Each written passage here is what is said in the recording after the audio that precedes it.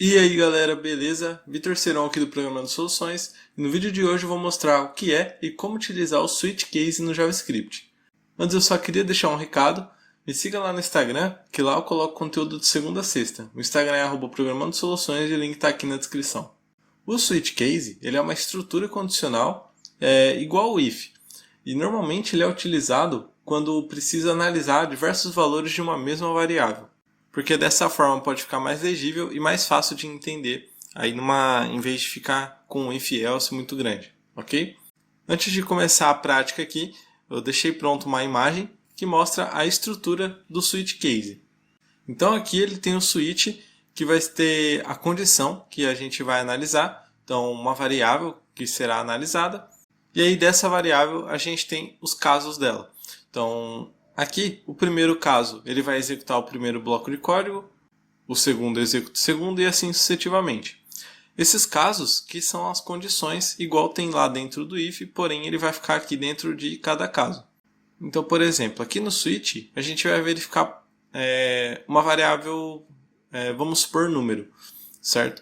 E aqui, cada caso vai ter uma condição. Então, por exemplo, switch número, caso se ele for 1, então ele executa esse primeiro bloco de código e depois para a execução.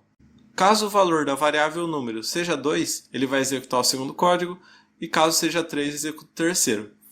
Se o número que está dentro aqui da variável do switch não seja nem 1, nem 2, nem 3, ele vai cair aqui nesse bloco default, que ele vai executar algum código que é por padrão. Você pode utilizar esse código para poder prevenir alguns erros aí dentro do seu sistema. Então vamos lá botar a mão na massa e escrever código aqui para ver como que isso funciona na prática. Então eu já deixei aqui um index.html, está vazio, não tem nada ainda, só com o script aqui, e a gente vai ver algumas condições. O primeiro caso aqui que eu vou mostrar vai ser a sintaxe padrão do switch case, tá? Então eu vou declarar uma variável número aqui, ela vai receber 1, e aqui eu já vou colocar o switch case. Então primeiro, switch número. Então, qual a variável que vai ser analisada? Switch aqui no número. E aqui agora eu vou colocar os casos. Então, caso se for 1, ele vai executar o bloco de código que vai estar aqui dentro do case. Então, vou colocar só um console.log.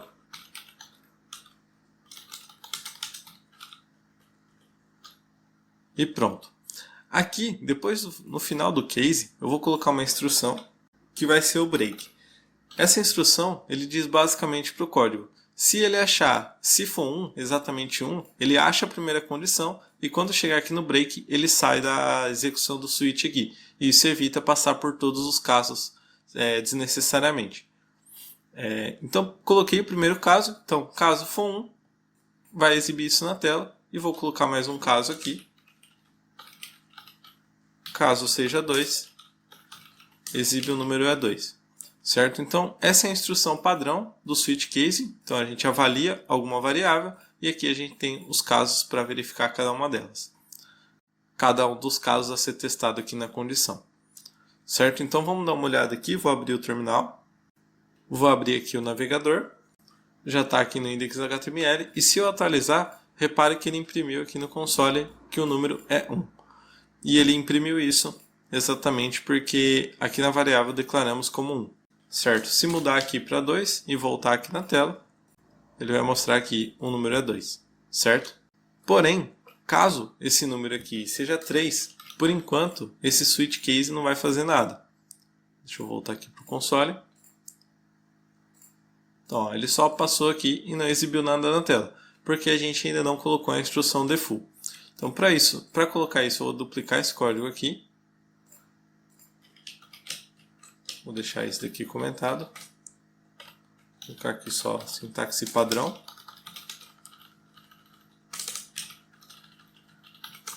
Vou colocar aqui. Colocar switch case com o valor default. Aqui eu vou trazer essa variável número aqui para baixo, só para ficar mais perto.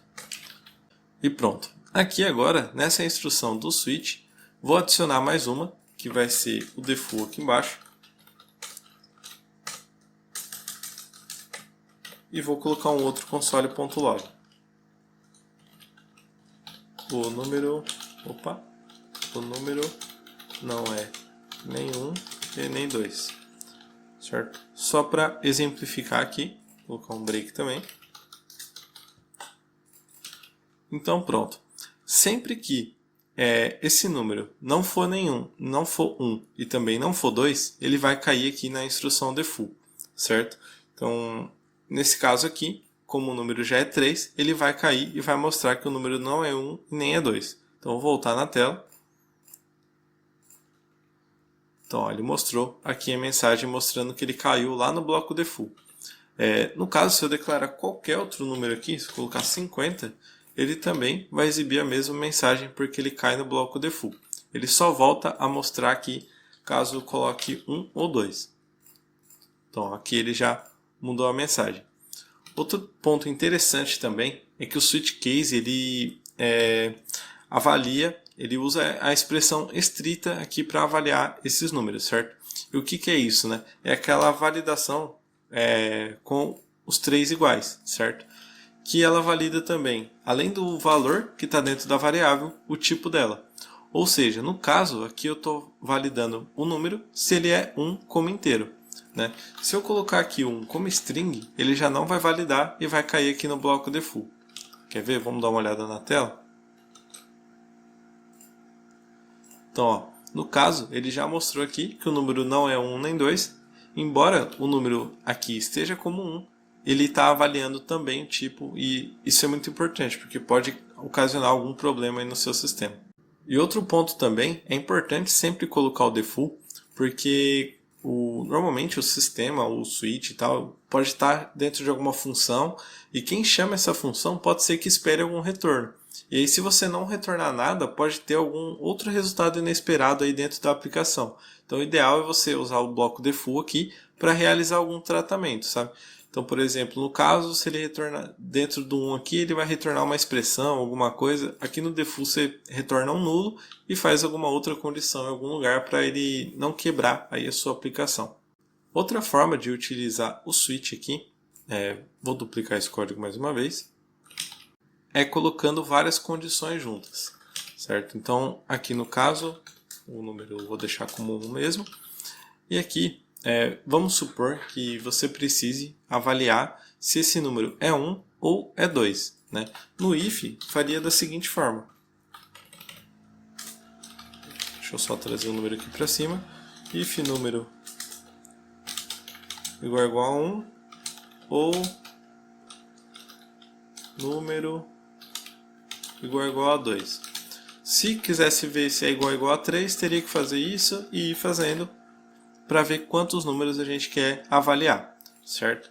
Para fazer essa condição aqui dentro do switch case, avaliar mais de uma condição, no caso aqui a gente está avaliando 3 condições, no switch case é bem tranquilo de fazer. Aqui, em vez de eu colocar logo o bloco de instrução aqui do que vai ser executado, eu posso transferir o case aqui e colocar vários cases um embaixo do outro. E dessa forma eu consigo fazer com que esse bloco de código execute se esse número for 1, 2 ou 3. Certo? Então eu vou apagar esse outro bloco aqui. Então o número é 1, 2 ou 3. E aqui o número não é nem 1, nem 2 e nem 3.